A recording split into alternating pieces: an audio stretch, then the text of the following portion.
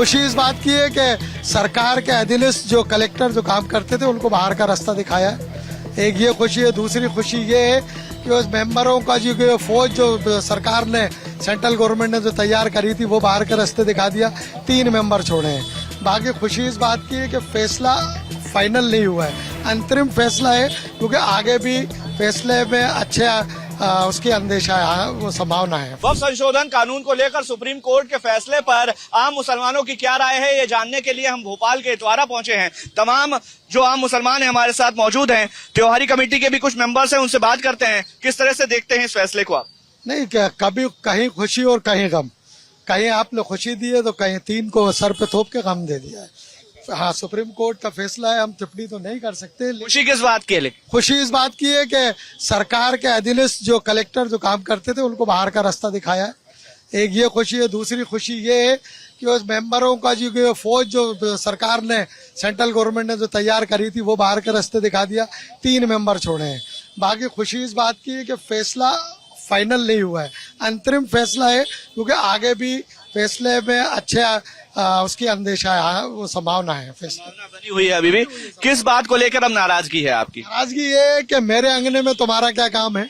हम किसी देश की, भारतवर्ष के किसी भी मंदिर की संस्था में, ट्रस्ट में, किसी पूरे हिंदुस्तान में कोई एक मेंबर अगर है तो सरकार बताए तो हम पूरे कमेटी में आप गैर मुस्लिम भर दीजिए, हमें एतराज नहीं होगा। जब आप अपने मस्जिद कमेटी थोड़ी है, ये तो वक्फ बोर्ड है। वक्फ बोर्ड में एक गैर मुस्लिम बता दीजिए ना आप। उनके ट्रस्ट में हम हैं क्या, या हमारा कोई मेंबर है क्या?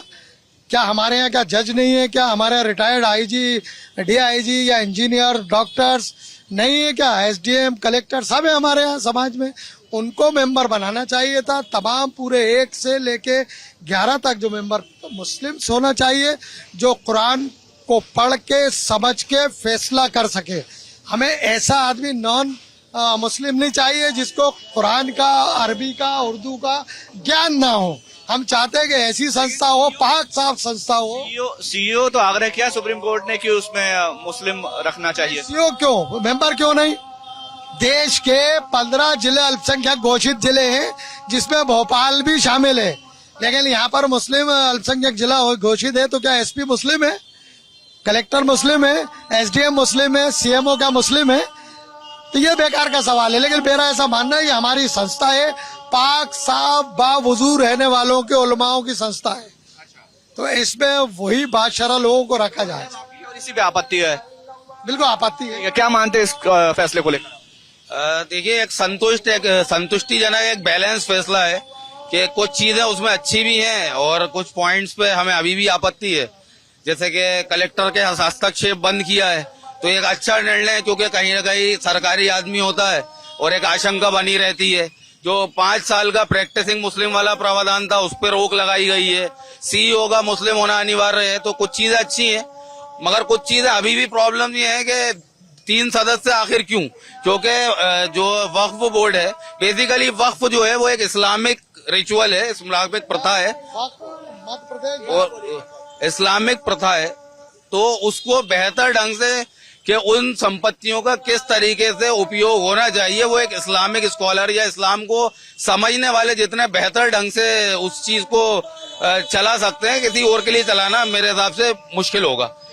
एक मेरा सवाल है, बहुत जेन्युइन सा सवाल है, आप उस पर अपनी राय दें कि मान लीजिए वक्फ की संपत्ति पर कोई मंदिर बना हुआ है, ये तो कई जगह समस्याएं आ रही हैं, या कुछ दुकानें बनी हुई है जिसमें बहुत सारे हिंदू भी हैं, तो क्या कमेटी में किसी हिंदू का होना जरूरी नहीं है? ये मेरा सवाल है। नहीं, कमेटी में किसी का हिंदू होना जरूरी नहीं है।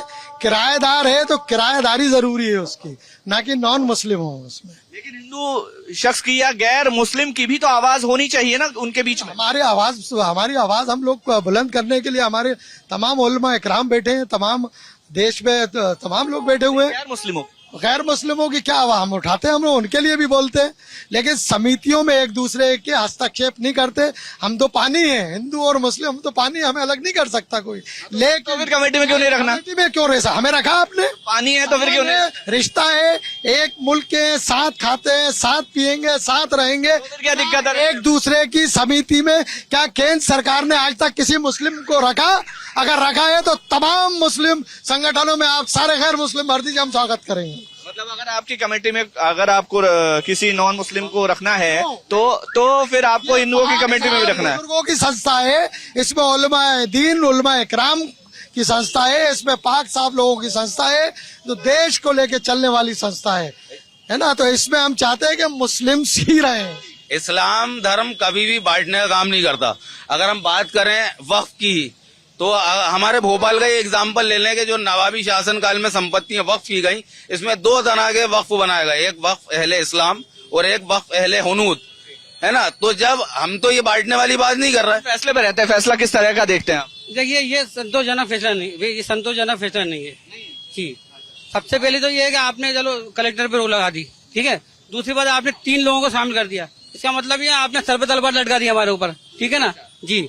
ये गैर मुस्लिम जो 3 सदस्य हैं, इनको आपने देखा किसी चैरिटी में, किसी मंदिर में, किसी संस्थान में कोई मुस्लिम सदस्य, चलो आप किसी एक मंदिर की संस्थान में एक मुस्लिम सदस्य ले लो, तो हम इस फैसले का स्वागत करते हैं। क्या मानते हैं इस बिल को लेकर? नहीं, भाई साहब जो बोले उनके बात पे इत्तेफाक है, सही बोल रहे हैं। ये जो हमारे खिलाफ है, ये हमारी जमीन हमें मिलना चाहिए भाई। अगर कोई जमीन है या मकान है तो आपका मकान है, उसमें हमें हिस्सा देंगे आप? नहीं देंगे। और नहीं पार्टनरशिप में रखेंगे तो हमारे जमीन में आप क्यों हिस्सा मांग रहे हैं? ऐसा नहीं होना चाहिए ना भाई। आपका जमीन आप रखो, हमारा। बाकी जो फैसला आया है वो तो आपको लगता है ना कि आपके हित में आया है। गरीब मुसलमान जो है, जिसके लिए वक्फ हो रहा है, उसको फायदा होगा हाँ, कुछ फायदा है और कुछ नुकसान भी है। कुछ फायदा है, कुछ नुकसान भी है। नुकसान आप मानते हैं कि अब जो सुप्रीम कोर्ट ने निर्देश दिया है उससे आम मुसलमान को फायदा होगा?